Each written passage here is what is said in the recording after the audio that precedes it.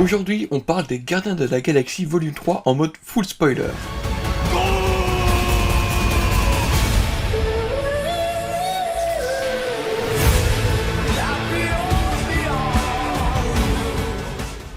Salut à toutes et à tous, j'espère que vous allez tous très bien. En tout cas, moi je suis très content de vous parler enfin des Gardiens de la Galaxie Volume 3 en mode full spoiler. Dites-moi directement dans les commentaires ce que vous avez pensé du film, si vous pensez que ce film aurait pu être mieux ou si c'était vraiment une masterclass. J'y répondrai bien évidemment avec plaisir, vos avis m'intéressent, donc n'hésitez pas à mettre un commentaire. Voilà, maintenant que c'est dit, nous pouvons directement commencer la critique en mode full spoiler. Je vous rappelle qu'il y a le cinévlog qui est sorti juste avant, où vous pourrez trouver un avis sans spoiler, donc si vous n'avez pas encore vu le film, foncez voir ça. Les Gardiens de la Galaxie Volume 3. Quelle belle finalité et qu'est-ce que James Gunn nous fait du bien avec ce film. Entre les flashbacks, Rocket, toute la famille, les gardiens, enfin c'était vraiment une masterclass de ce côté-là. Franchement, je pouvais pas rêver mieux comme finalité pour les gardiens.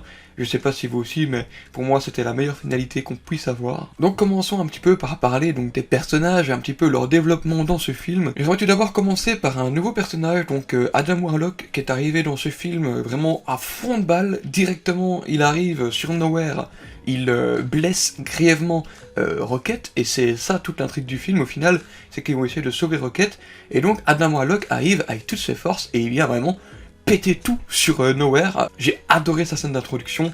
Adam Warlock est exactement comme je m'attendais à le voir dans le film.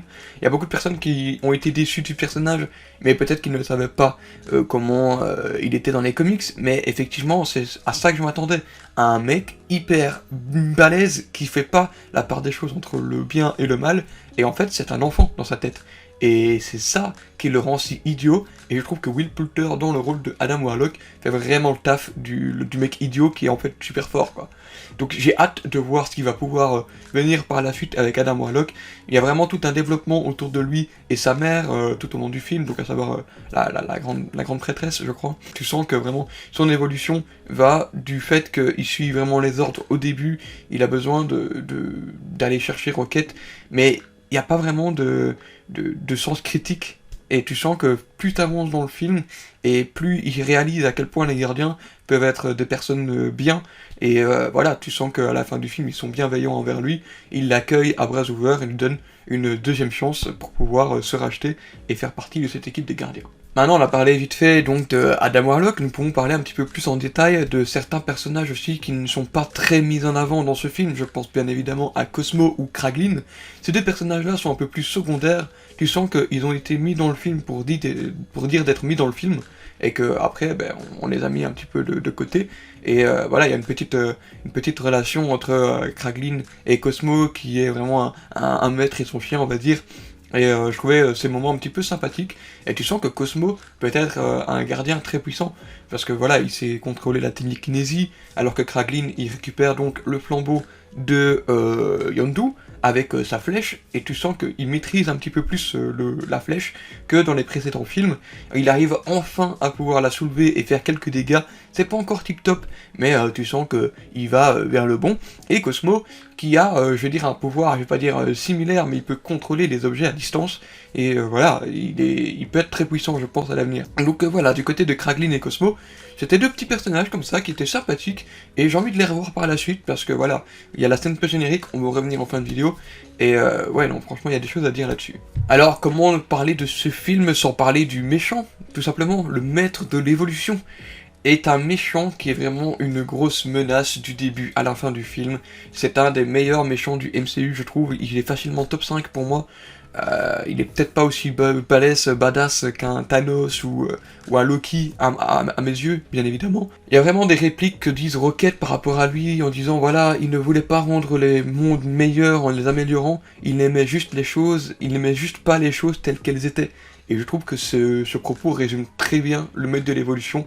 Comme quoi, il détestait la race humaine, il détestait toutes les races de la galaxie, il détestait tout ce qu'il y avait autour de lui, et tout ce qu'il essayait de faire, c'est la torture en fait, pour essayer de les rendre meilleurs à son image, on va dire, alors que je pense que le processus de torture est ce qui lui faisait le plus plaisir dans tout ça, c'est qu'il avait besoin de pouvoir torturer cette espèce qu'il détestait au plus fond de lui-même. Et donc sa relation avec Rocket dans les flashbacks et puis dans le présent, comme quoi il a vraiment cet impact, il veut récupérer Rocket, parce que Rocket est vraiment celui qui lui permettrait de pouvoir améliorer ses expérimentations sur toutes les races possibles, parce que Rocket est un être d'une intelligence un peu supérieure, comme étant le prototype 89P13, et ce prototype-là est pour lui le joyau de toutes ses expérimentations, et c'est ça que il le traite vraiment dans tous les sens. Enfin, il y a vraiment tous ces flashbacks où tu vois Rocket souffrir.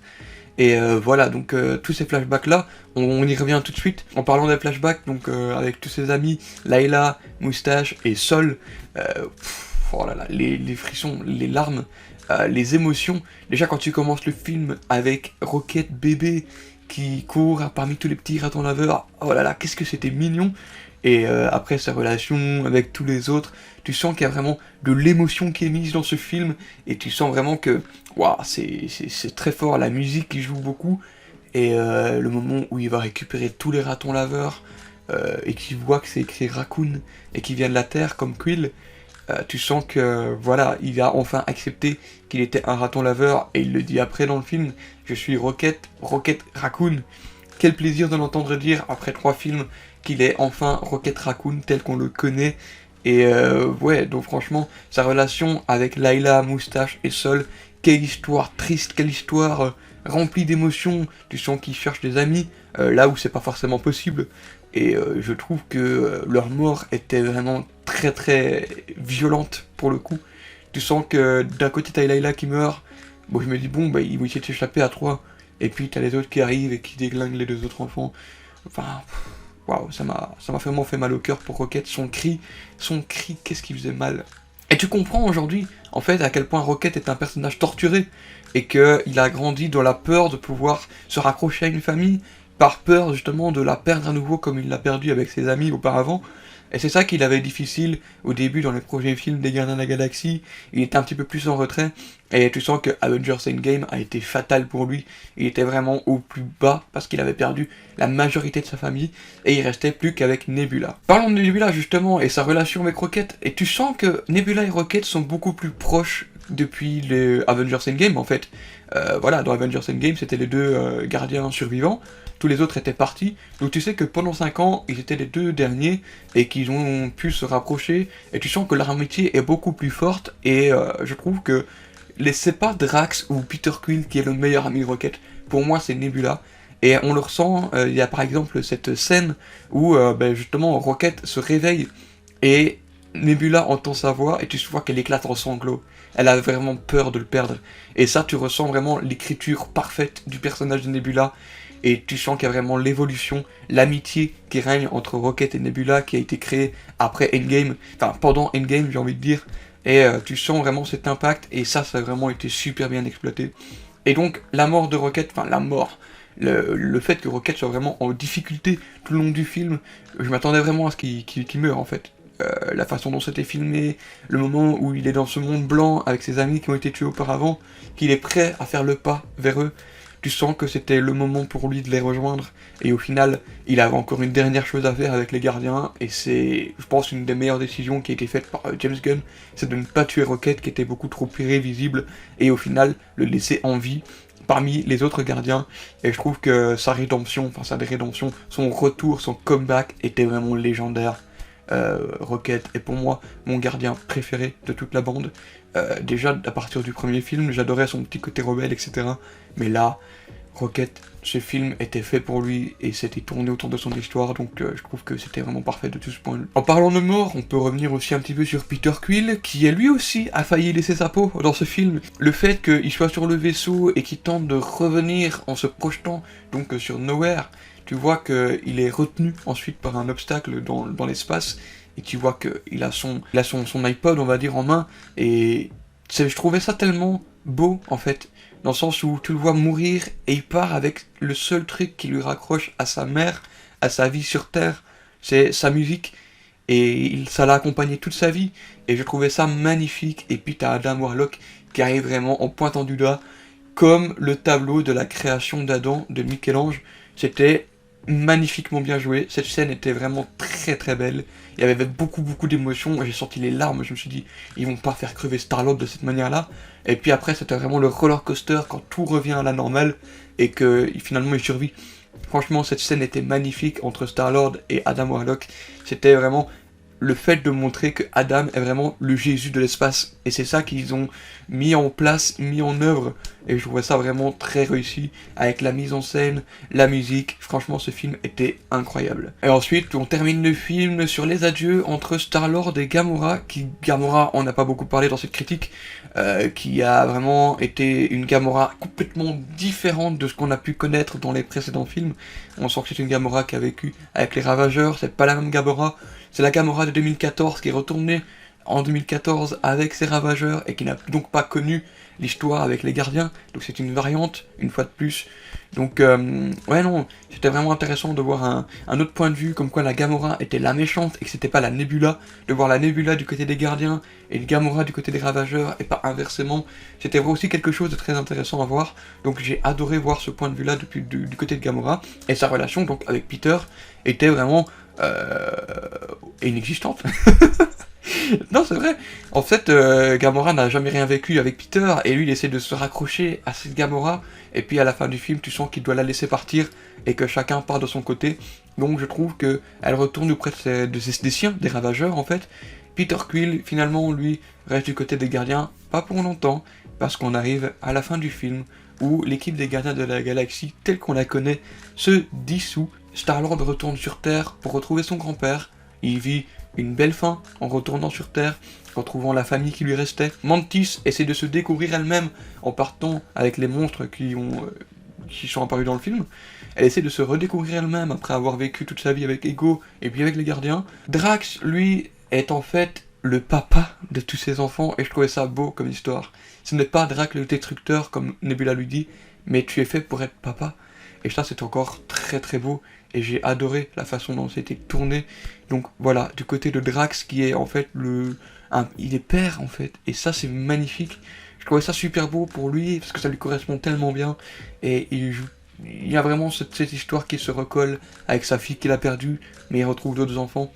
Et donc il va rester sur Nowhere avec Nebula, ils vont donc monter leur société, et après t'as Rocket qui devient le capitaine des Gardiens de la Galaxie, avec Groot qui dit, oh mon dieu, ce moment était fou, il dit, je vous aime tous, et il le dit, comme je vous l'ai dit, et c'est en fait le fait qu'on fait partie de cette famille, nous aussi, et en fait, on peut enfin comprendre le Groot, et ça c'est magnifique, une fois de plus. Tous ces Gardiens de la Galaxie là, cette équipe va me manquer.